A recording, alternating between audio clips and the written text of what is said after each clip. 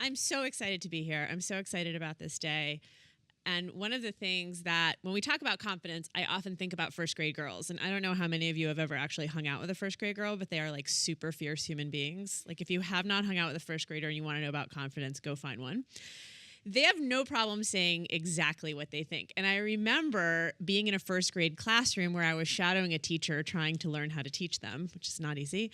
I had to give up after a while, actually, because it was so hard. But anyway, I watched one of these girls get excluded by her friends.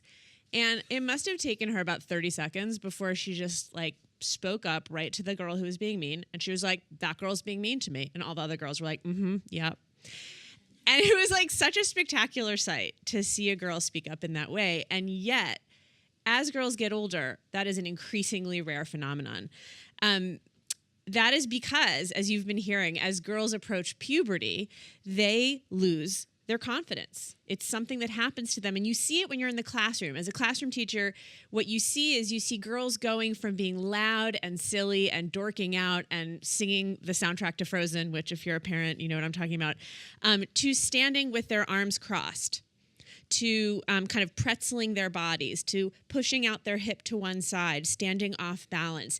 They go from saying what they think in class to raising their hands and saying, I'm not sure if this is right, but, and I'm sure many of you have heard that in meetings from adult women, I'm not sure if this is right, but, or speaking, using upspeak, where you make a statement sound like a question so that you don't offend anyone and maybe people still like you, even if you say something. Can you imagine if I did the whole speech like that? Worry not. Then another principal, an elementary school principal that I was also shadowing, she was trying to explain the phenomenon of what happens to girls in this way. She said, if you go into a first grade classroom and you say to the girls, who's the best runner in the classroom? They all raise their hand. I'm the best runner. She said, if you go into a fifth grade classroom and you say, who's the best runner? They'll all point to the best runner. And what I added was, if you go into a ninth grade classroom and you say, who's the best runner, there's often silence. And if they point to that ninth grade girl who is, she'll say, oh, no, I'm awful. I'm not good at that. So why won't she own her skills? What is going to push her hand into the air to say, you know what, I am a pretty decent runner and I love running? What is going to help her express her opinion without apologizing for it? That is why we're here today, and that is what Always is committed to changing. I'm also committed to turning the pages of my notes, but there we go. Okay. Always has done something that I've never seen a brand do before. They have taken the single most important, troubling, and quite frankly, challenging piece of research on girls, and they've turned it into a movement. This thing that's holding girls back, it's a precipitous loss of confidence, and it's something that emerges first in adolescence, and it stays with women throughout their whole lives. More than half of girls, 53%, ages 16 to 24, say that they lack the confidence to do whatever they wanted to do after puberty. Now, we think that confidence starts to crash just at the moment that girls become aware of gender norms. And so I want to do, because I'm a teacher, sorry, you have to do an exercise with me now. I'd like to do a little crash course with you in gender norms, and I promise you don't have to touch each other or anything. But I would like you to do something in your chairs, which is I'd like everybody to sit in their chairs the way you think a typical guy sits in his chair. And if you're wearing a skirt, you get extra points.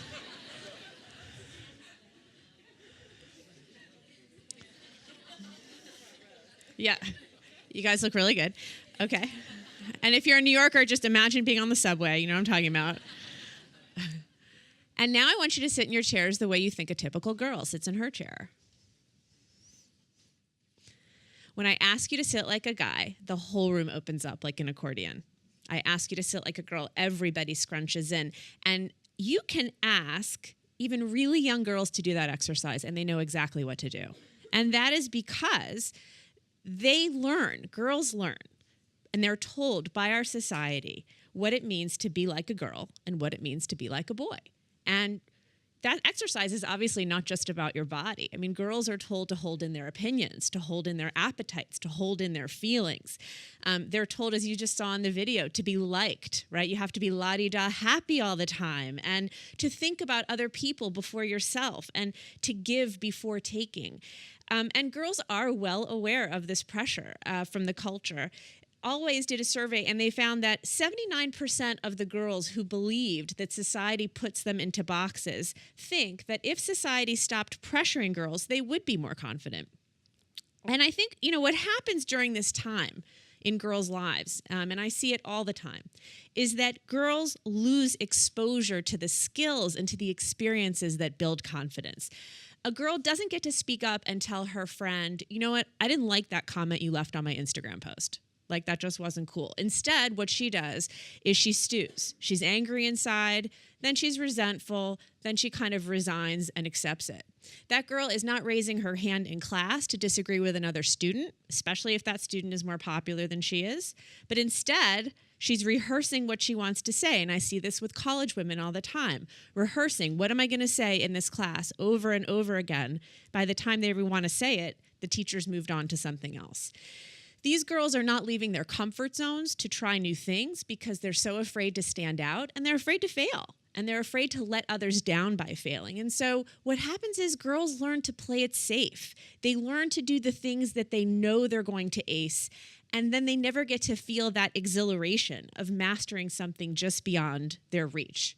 For over 15 years, as the co-founder of Girls Leadership, a national nonprofit, as well as a teacher, a researcher, a curriculum writer, and an author, I have spent my professional life trying to build confidence in girls and young women. And one of the coolest things that I've learned is that confidence is not something you're born with.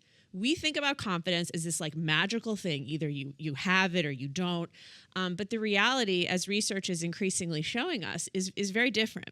Confident is something we can all become by learning and practicing a set of skills. And I always say to my students, which also include adult women, skills are like muscles. The more we flex them, the stronger that they become. And this is why Always is launching a new confidence curriculum that I've been very proud to work on with them. And the key word here is curriculum. These are lessons. These are research-based, cutting-edge lessons for parents, educators, and girls.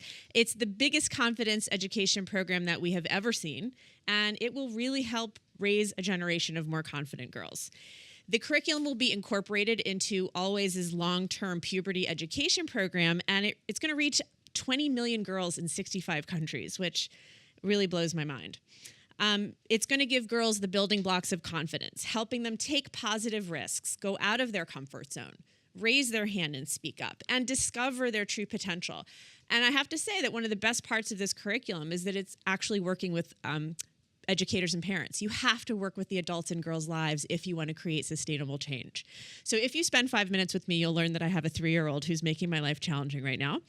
And my 3-year-old daughter is extremely fierce, which is partly why she's making my life challenging. And one of the things that I love about how she challenges me is that she's never afraid to speak up. And she loves to try new things. And she feels so much joy when she figures something out on her own. And I'm afraid she will lose that. I am. Even with me as her mom, I am very afraid she will lose that. And I am really glad that Always is taking on this piece of research, this crisis, this challenge, so that my daughter and millions of other girls can be more confident. Thank you very much.